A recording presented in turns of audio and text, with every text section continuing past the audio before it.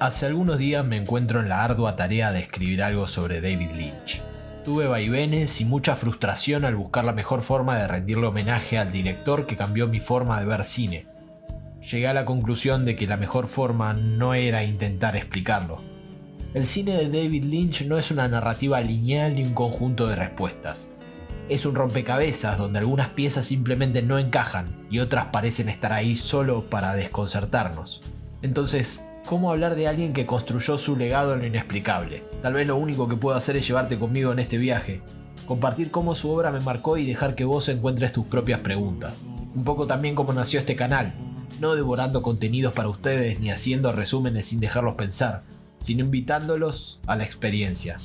David Lynch no solo fue un director, también fue pintor, músico, escultor y escritor. Un artista que encontró en cada medio una forma de explorar sus obsesiones, el subconsciente, los sueños, el tiempo y el misterio del ser humano. Y sobre todo, nos enseñó que el espectador no necesita todas las respuestas, porque a veces el misterio lo es todo. Por eso hoy vamos a rendirle homenaje.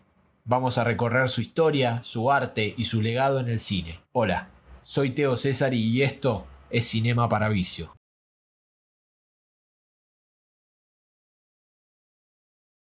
Personalmente llegué a las películas de David Lynch cuando tenía 17 años. Una noche en la que estaba solo en casa. Mis padres se habían ido de viaje y la lluvia golpeaba la ventana con una fuerza que hacía vibrar los vidrios. Sabía poco de Lynch. No había leído sinopsis ni visto nada de él. Solo me llamó la atención del póster de Blue Velvet. Un rostro en sombras, un azul profundo, una imagen que parecía susurrar algo que no podía entender, pero que necesitaba descubrir. Puse play a la película sin expectativas, pero realmente no tardó en atraparme. Hubo un punto de quiebre, un momento en el que sentí que ya no podía mirar hacia otro lado. Las escenas en el departamento de Dorothy Valens, la fragilidad y la oscuridad en su mirada, y ese instante en el auto, donde la tensión era tan espesa que parecía extenderse fuera de la pantalla. No era terror en un sentido convencional, pero algo dentro de mí se removió, una mezcla de miedo y extrañeza, una sensación de inquietud que no provenía de lo que veía, sino de lo que despertaba en mí. Cuando terminó la película, la tormenta afuera seguía, pero el silencio en mi casa ya no era el mismo. Había cambiado, o tal vez yo había cambiado. Pasé un rato largo mirando la oscuridad del pasillo, como si algo invisible hubiese entrado conmigo desde la película.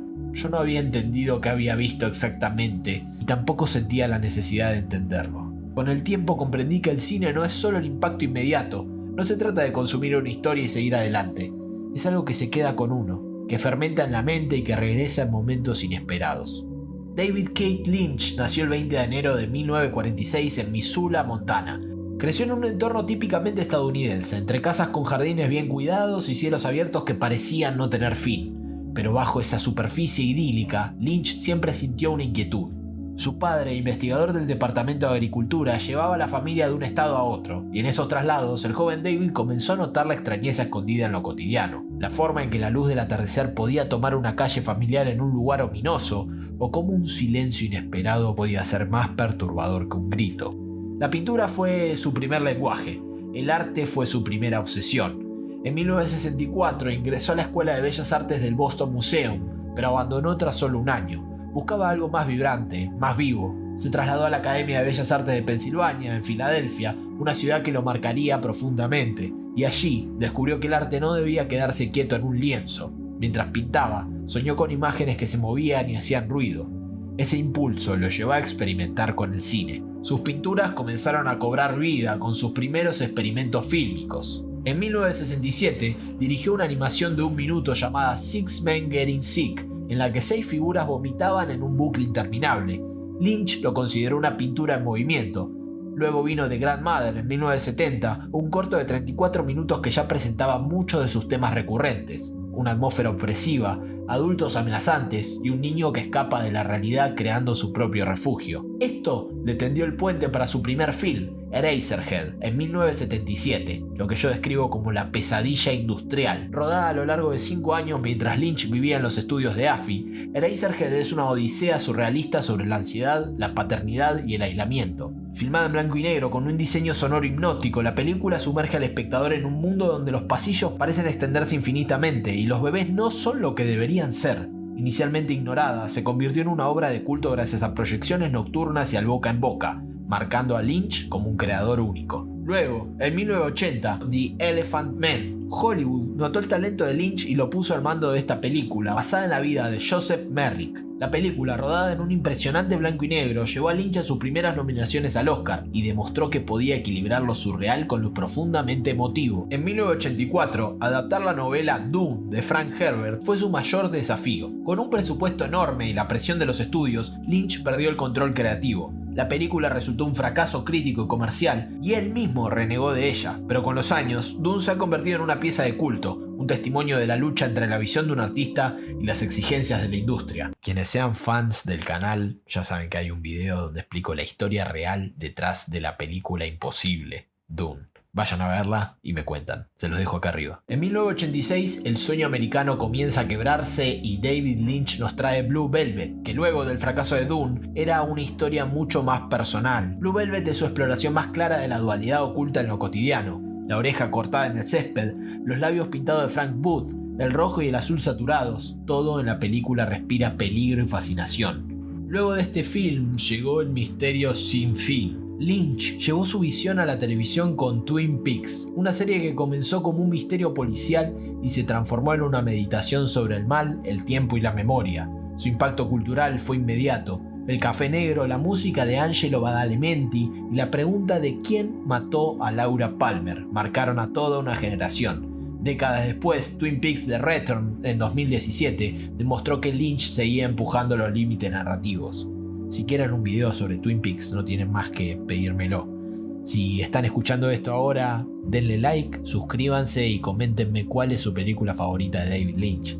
Y no se olviden de seguirme en Instagram. Acá se los dejo y nada. Durante el rodaje de Twin Peaks, Lynch filmó Wild at Heart, El amor en llamas. Un viaje salvaje y violento por las profundidades de Estados Unidos, con una estética que mezcla el cine road movie con el Mago de Oz. Lynch ganó la Palma de Oro en Cannes, pero su estilo cada vez era más agresivo y esto dividió a la crítica. Por eso en 1997, una exploración de la paranoia y la dualidad llegó a los cines, Lost Highway, donde los personajes parecían intercambiarse y la lógica narrativa se quebraba. En este punto, para mí, Lynch ya no buscaba complacer a nadie más que a sí mismo. En 2001 llega Mulholland Drive, que nace como un piloto de televisión que es rechazado, y Lynch lo transforma en una de las películas más enigmáticas de la historia del cine. Un laberinto de sueños, deseo y pérdida de identidad en la ciudad de Los Ángeles. Mulholland Drive no se entiende, se siente. En el año 2006 llega la última película de David Lynch, Inland Empire. Filmada en digital con cámaras caseras, Inland Empire es el Lynch más abstracto, un descenso al subconsciente donde las imágenes se desintegran y la narración se diluye en una experiencia sensorial pura.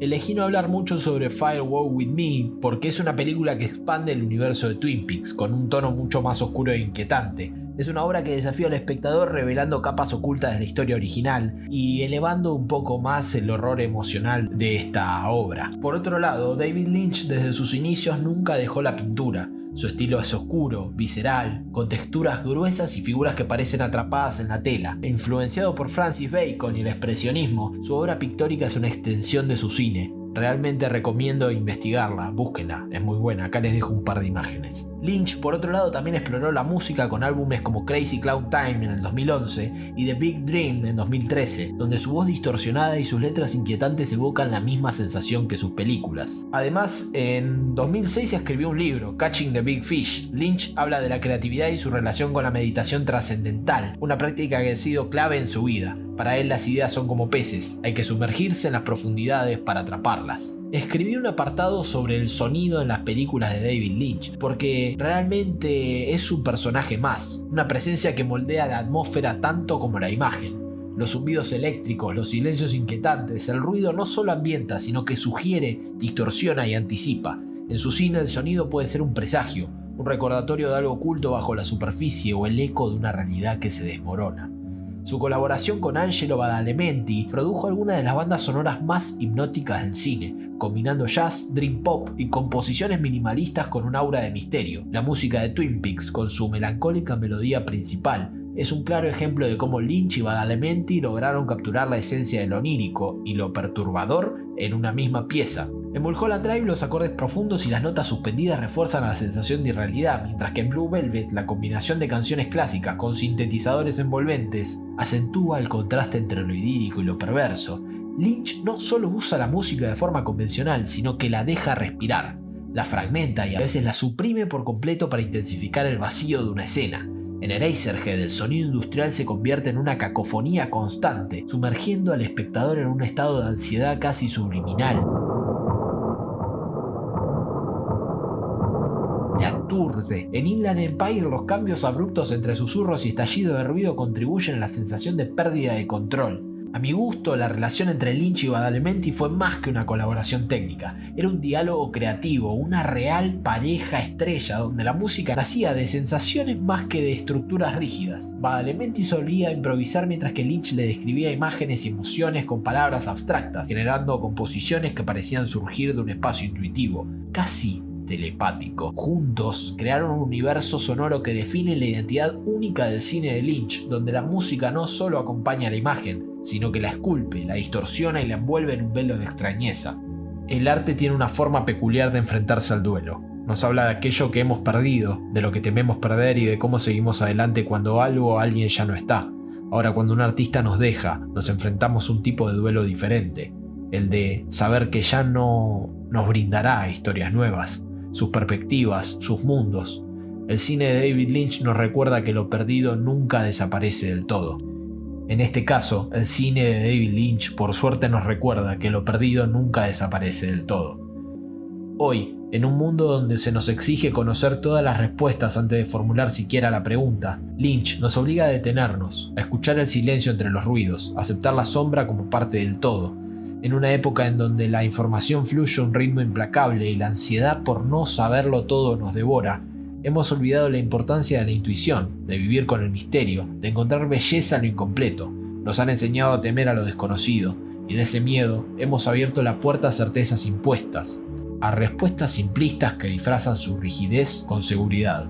Mientras el odio avanza prometiendo orden en un mundo que nunca fue ordenado, eliminando lo ambiguo, lo diverso, lo que no puede ser categorizado en un martillazo, el cine de Lynch sigue recordándonos que la vida no es un enigma a resolver, sino un sueño a experimentar. Nos obliga a aceptar que hay cosas que nunca vamos a entender por completo y que en esa grieta entre lo lógico y lo incomprensible es donde sigue latiendo la verdadera humanidad. Tal vez ese sea su mensaje más poderoso, que el duelo, la ausencia y las preguntas sin respuestas no son fallas en el sistema, sino parte de lo que nos hace humanos.